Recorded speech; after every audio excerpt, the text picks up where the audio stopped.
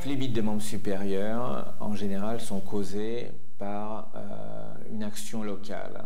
C'est ce qu'on voit chez les patients ou patientes qui ont des chambres implantables, notamment quand ils sont sous chimiothérapie.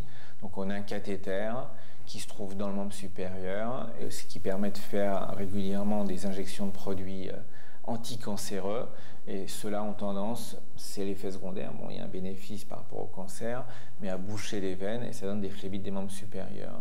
Donc ça, c'est quand même le plus fréquent. La deuxième cause, c'est quand on met des perfusions qui sont ou mal posées ou qui sont restées un peu trop longtemps ou dont le produit passe un peu à côté, ça a tendance à boucher une veine et à favoriser la survenue d'une phlébite superficielle. La troisième cause, c'est une cause mécanique, c'est-à-dire qu'on a des muscles et des os ici avec un petit passage qui est relativement réduit, et dans certains cas, les muscles sont mal positionnés ou trop importants, on voit ça chez les sportifs, ils arrivent à cisailler les veines au niveau de la clavicule, et dans ces cas-là, ça donne des phlébites du membre supérieur. Autre cas plus rare, mais qu'on voit quand même, c'est les gens qui ont une fracture de la clavicule, et donc il y a un cal, donc le cal est volumineux, il va comprimer la veine, et ça va donner une phlébite superficielle.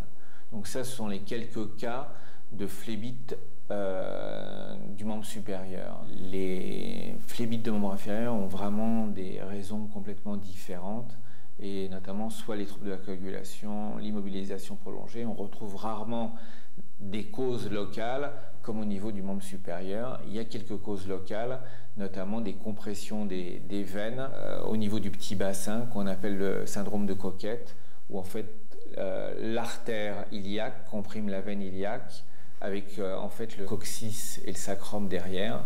Donc quand le passage est un petit peu réduit, ça freine le sang, et dans ces cas-là, ça donne une phlébite. C'est relativement rare, mais c'est donc une cause complètement différente des causes qu'on peut rencontrer dans le membre supérieur.